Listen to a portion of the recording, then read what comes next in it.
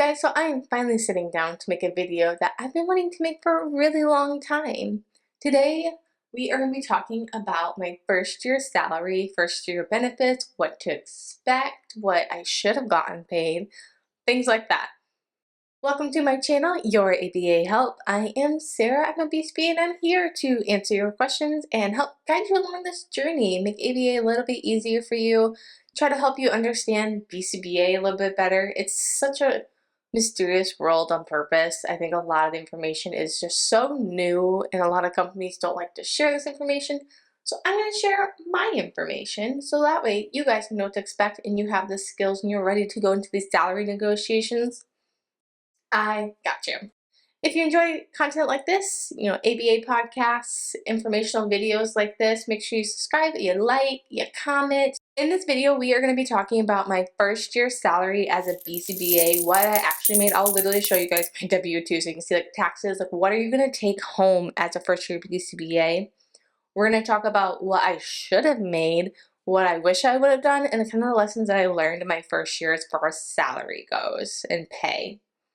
We'll also hit in a little bit on the benefits that I got, and this is just like informational. It's just so that way you guys know when you're comparing your salary package, it's good comparison. So if you have like significantly larger healthcare coverage, that's going to impact your salary. Things like that will be important to kind of all calculate into this, and we'll talk about that.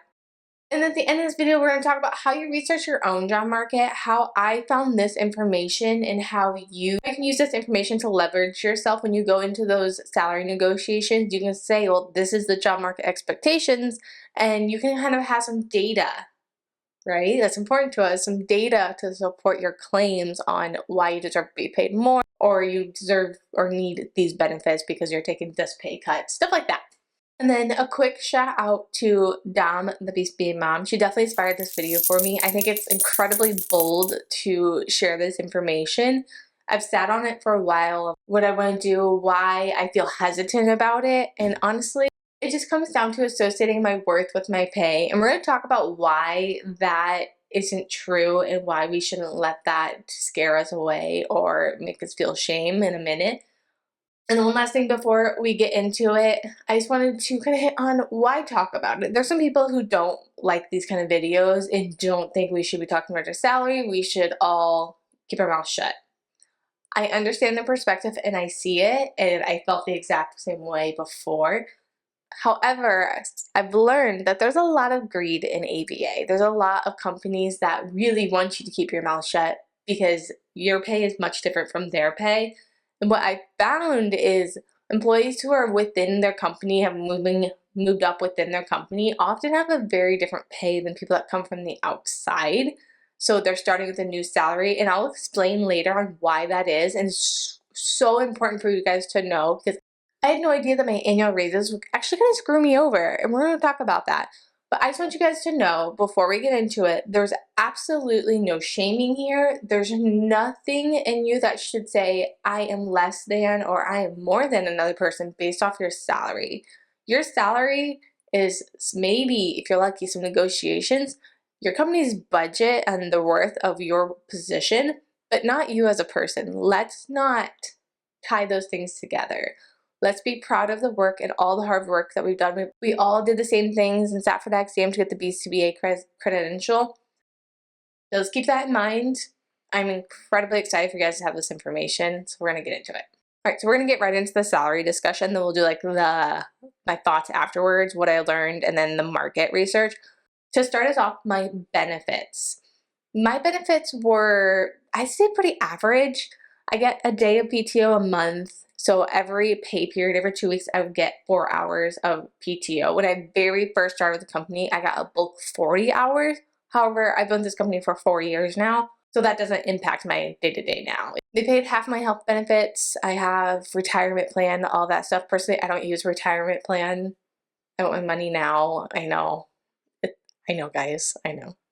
I'm a W-2 employee. It's important for you guys to know when we are going into these salary negotiations, they're talking about numbers and hourly pay. There's a difference between a W-2 employee and an independent contractor in the field.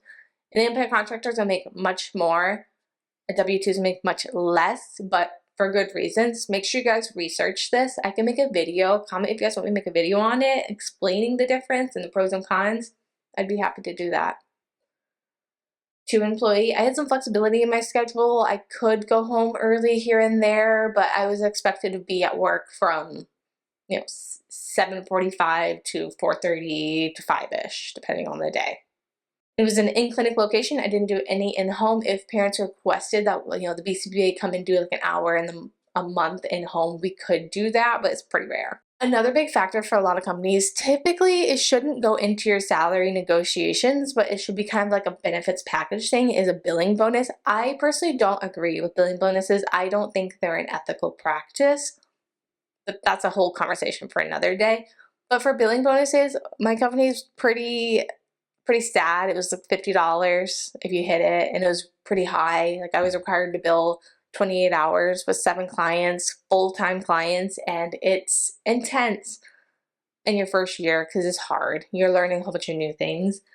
And then I live in the Midwest, smaller town, not a big city, not too many big cities around me.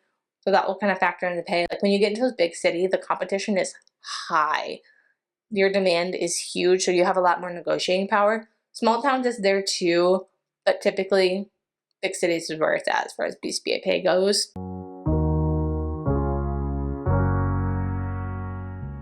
Okay, so the first number I'm going to tell you was the number I was almost offered, and then this is like what all the other BCBAs before me were offered, and then the company had just made a market adjustment, I guess, if you want to call it that. They upped their salary a little bit. So what I was going to be offered was $57,000 a year salary. What I was actually offered was $61,000 a year, my first year. Let me kind of lay it out for you. I passed my BCBA exam in September, and then it took a few months for me to get credentialized. Once I got credentialized with the insurance companies through my current company, I was offered the BCBA position, and that's when I got the contract and the raise and all of that. And then I'll show you guys my W-2 here, and we'll talk about it. I'll do a voiceover and I'll explain it. On the screen, you can see a little screenshot of my W-2. So after taxes, I brought home $53,000 a year. Now, I also had to pay for my health insurance, which was about $350 per paycheck. So when I actually had the paycheck in my hand, it was around $1,200 that I would have. So like I said, my company didn't have much of a billing bonus, so this wasn't a significant factor. So not too bad for my first year. I wasn't like super upset. I would have been a lot more upset at the first number that they were going to offer. I found out that's what everybody else before me had been offered. Second number, not too bad. I found out that other people were making a fairly similar. Like if I would have went to a new company, according to my market research, I would have made about 64, 65. So not bad. Not too mad. I got all my supervision through this company. I was in a contract with them, so I didn't have much of a choice. I'm going to talk about the part where that's kind of a trap. So I guess my cautionary tale here is I got offered $61,000. I was happy with it. I didn't negotiate it too hard. Now I know that actually my company won't let me negotiate it at all. It's kind of, here's the number, take or leave it. Most companies will do a % raise on performance, market, inflation, all that. I accepted $61,000. So now I am stuck for as long as I'm with this company to have those % raises. My company does raises, like I said, the average is about 3%, 5%, nobody really gets. 4%, you're doing really, really well. You're not going to get that in your first couple of years. 3% is going to be you're meeting expectations, you're doing your job. So 3% is average, 2% maybe. 3% of 61 is only a couple thousand. Think about it this way, after a couple of years, you are finally at 65,000. You've been doing this for, let's say, 5 years. You are incredibly behind. Whereas if you left and you went to a new company, you would start out with that fresh salary. It's going to be higher because you're coming with this experience. You're coming from outside the company and you have this value that you can offer to the company. I'm sure you can see kind of the difference there.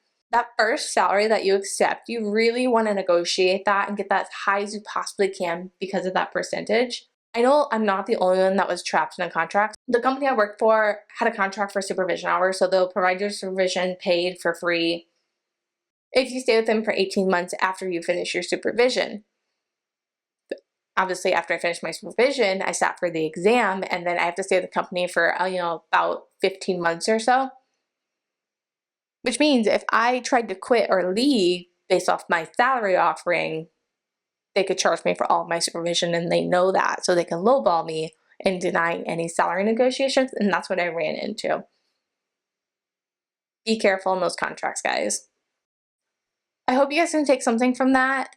I hope you can kind of learn from my mistakes. If you're stuck in this situation, just know it's not forever. Just hang on tight. Make sure the next company you go to doesn't have these contracts. Not every company has those contracts. I'm opening my own ABA company. We absolutely will not have these contracts. I think they're incredibly predatory. They're done in a way that's only to protect the business interests, which I understand they're a business, but I really believe it puts people in a vulnerable place where it's forced compliance and forcing people to stay when they don't want to because maybe their values don't match. They need more pay. For me, like, my lifestyle adjusted significantly. I had a kid and my husband stayed at home with that kid. So we were a one salary family. I need more. I need to be able to go out and work for other companies and make more. That's absolutely not allowed based on these companies' contracts. So be careful.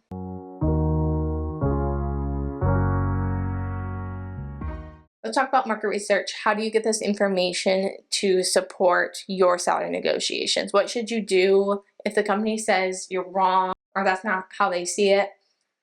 Remember, don't let imposter syndrome beat you up. Don't let that be the reason that you are too scared to negotiate or think like, I don't know what I'm obviously not as good as others BPAs. I don't know what I'm doing. That's not true. You earn that credential just like everybody else. You are valuable. You have a lot of experience. You'd be surprised if you had a good supervision program, how far ahead you are from other new BCBAs. I am going to walk you guys through this one. I'm going to show you on Indeed. I'm going to pick a random area. Then we're just going to look at the data. I'm going to talk about kind of what to do and what to make of it and how to get this information. All right, I went on Indeed and typed in an area. I picked Savannah, Georgia. Then I typed in BCBA. And you can see me kind of scrolling through. You can see a lot of the income options. They really posted their salary ranges for all these jobs. It must be a very competitive area. Okay, when I'm looking at some of these, so like Spring Health Behavioral Health has a BCBA contract for $65 to $80 an hour. That one I'd be interested to see if it is a independent contractor position. When they start putting the hourly rates, that's typically what it is. So if I were using this to gather my data, I would take a couple screenshots and put them on a document and kind of talk about those bottom ranges. If I were a neuro BCBA, talk about those mid ranges. If I had 5 to 10 years of experience, and then also on the other side of that end, you're going to be wanting the top dollar. So taking that information and saying, look, in this area, we live in Savannah, Georgia in this instance, the average rate I'm seeing is around, the average is about $80,000. So there you go. Now you know kind of where you should be aiming at. And then in this little recording, there are some positions that are director roles or director of program development I saw. Those are sitting around $100,000 a year. If you have those experience, maybe apply to those positions. And then I popped in one of these that does have their hourly rate on here. $75 to $100 an hour is a pretty good pay rate, especially if it's a full-time job. And as you're looking through it, they boast competitive wages, health insurance benefits, all of that stuff. It's not a leadership position, it's just BCBA. And at the very bottom, they actually have their hourly rate, contingent on experience, and then their salary rate. So 65,000 to 120,000. So 65,000 to 120,000 is a heck of a range, but it gives you an idea of growth potential, gives you a range that you can fall into. I'm going to guess the 100,000 area, based on my research of this area, is a leadership roles when you're going to move into a clinical director role. So 65,000 if you're brand spanking new, seems pretty low. So maybe this is one that I might not consider unless it's got things that really hit to me in my values or great benefit package they're advertising, things like that. If you can't find any salary offerings on Indeed or ZipRecruiter, I always go to look at the RBT pays. Most companies have their RBT hourly rates. They want to be competitive compared to other companies. They're really fishing for those RBTs, so they'll put that hourly rate up. You should be making at least $8 to $10 an hour more than an RBT, especially that company allows entry-level high school diploma RBTs, which great, we appreciate you guys. You should be making significantly more. Alright guys, that is my salary video. I am so happy I finally made it. I hope you guys enjoy it. I hope you find it helpful. But let me know what you guys like to see. I can talk about my RBT pay. I can talk about my BCBA salary that I currently have and current benefits and all of that I have for that company that I'm still with. I'm working on making the switch out and going on my own to really advocate and speak up on what I think is best. And I knew for that to happen, I got to start with my own company and set that model and figure out how to do it. So yeah, thank you again for watching. I hope you have a great day. Thank you guys. Bye.